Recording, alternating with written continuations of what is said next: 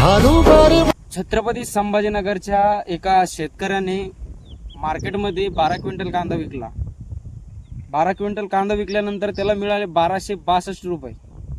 गाडी भाडे तसेच गोणी खर्च सगळं मिळून त्याला म्हणजे 1262 रुपये तर त्याचे पूर्ण गेलेच, जेवढे कांद्यामध्ये मिळाले होते. आणि त्याला 1 रुपया त्याच्या खिशातून भरणं पडला. हाच का आपला कृषीप्रधान देश? मुख्यमंत्री साहेब, लाजा वाटल्या पाहिजे तुम्हाला. तुमच्या घरात खायला तुम्हाला भेटायला नाही पाहिजे, तेव्हा तुम्हाला कळेल शेतकरी काय असतो. तर तुम्ही तर लाजा सोडल्याच पूर्ण होता. महाराष्ट्रातील शेतकऱ्यांना एक विनंती आहे, हे सरकार पूर्ण असं म्हणजे पूर्ण प्रकारे तरफडलं पाहिजे, असं यांच्यासोबत वागा.